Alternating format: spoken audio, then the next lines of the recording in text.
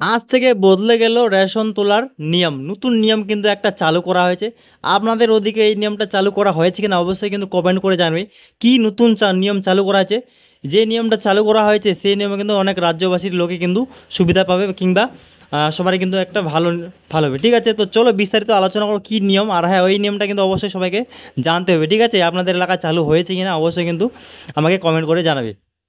দেখে নাও, ration card আজ থেকে বদলে গেল রেশন তোলার নিয়ম। রাজ্য সরকারের সিদ্ধান্তে খুশি রাজ্যবাসী। ঠিক আছে, রাজ্যবাসীরা কিন্তু খুবই খুশি হয়েছে রাজ্য সরকারের এই নিয়মে। তো চলো বিস্তারিত আমরা দেখে নেব কী নিয়ম সেটা চালু করা হয়েছে। দেখে নাও এখানে কি বলা হয়েছে। সাধারণ মানুষের রেশন নিয়ে কারচুপির অভিযোগ এর আগে একাধিক উঠে এসেছে। রেশন কার্ডে ও রেশন বন্টন নিয়ে রাজ্য সরকার একবার নানান পদক্ষেপ নিলেও রেশন পুরোপুরি শোধরায়নি। আর তাই এবার রেশন পরিষেবা ব্যবস্থায় দুর্নীতি রুখতে এক নতুন পদক্ষেপ গ্রহণ করেছে রাজ্য খাদ্য দপ্তর তথা WBPDS। ঠিক আছে, কী নিয়মটা সেটা আমরা এখনই জানতে পারবো। ঠিক আছে, ভিডিওটা কিন্তু কন্টিনিউ দেখতে হবে। আর হ্যাঁ, অবশ্যই কিন্তু একটা অনুরোধ করবো, চ্যানেলটা কিন্তু সাবস্ক্রাইব করে রাখবে। আমি কিন্তু প্রতিনিয়ত এরকম আপডেট দিয়ে থাকি।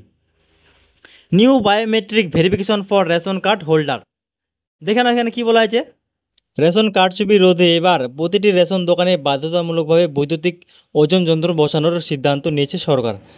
প্রাথমিকভাবে একটি পাইটল প্রকল্পের মাধ্যমে এই যন্ত্র ব্যবহার করা প্রক্রিয়া শুরু হয়েছে এবং সফলতা প্রমাণিত হলে ধাপে ধাপে সব রেশন দোকানে এই ব্যবস্থা কিন্তু চালু করা হবে। দেখে নাও তারপর কী বলেছে, যন্ত্রটি কিভাবে কাজ করবে। এতদিন রেশন কার্ড গ্রাহকরা পাস বা বুড়ো আঙুল ছাপের দিয়ে রেশন তুলতেন, কিন্তু এবার এর সঙ্গে যুক্ত হচ্ছে বৈদ্যুতিক ওজনের যন্ত্র। ঠিক আছে, বৈদ্যুতিক কিন্তু ওজনের একটা যন্ত্র তৈরি হচ্ছে। দেখে নাও এখানে আমি ডিটেলসে বলে দিয়েছি, এটা সুন্দরভাবে দেখলেই বোঝা চলে যাবে। দেখে নাও এখানে কী বলা হয়েছে। গ্রাহকরা এখন পাস বা আঙুলের ছাপ ব্যবহার করে রেশন পাবেন। এই যন্ত্রটি পাসের সাথে যুক্ত থাকবে। রেশন দেওয়ার সময় যন্ত্রটি সক্রিয়ভাবে খাদ্য সংসারের ওজন করবে। ওজন রেশন কার্ডে বরাদ্দর পরিমাণের সাথে মানানসই না হলে মেশিন কাজ করবে না এবং কোনো বিল তৈরি হবে না। এছাড়াও রেশন দোকানদাররা কতটা রেশন বিতরণ করছে তার হিসাব রাখা যাবে, যা মজুদ কমিয়ে আনতে সাহায্য করবে। আমি ডিটেলসে বলে দিচ্ছি। আপনারা যখন রেশন তুলতে যান তখন ওই মেশিনের সাথে একটা ওজন করার কিন্তু যন্ত্র তৈরি হবে। যখনই আপনারা আঙুলের ছাপ দেবেন তখন কিন্তু ওই যন্ত্রের ওজনটা কিন্তু চলে যাবে। ঠিক আছে, ওই ওজনেই কিন্তু আপনারা মাল পাবেন। আর ওই ওজনের সাথে যদি না মেলে ওজনটা, তাহলে কিন্তু কোনো বিলও তৈরি হবে না। ঠিক আছে, এই যন্ত্রটা কিন্তু একটা তৈরি, মানে কি সব জায়গায় হয়নি এখনও, মানে শুরু হতে চলেছে। ঠিক আছে, দেখে না তারপর এই সুবিধা কী কী হবে এই যন্ত্রটা যদি তৈরি হয়। ঠিক আছে, দেখে না কেন সুবিধাটা আমরা দেখে নিচ্ছি।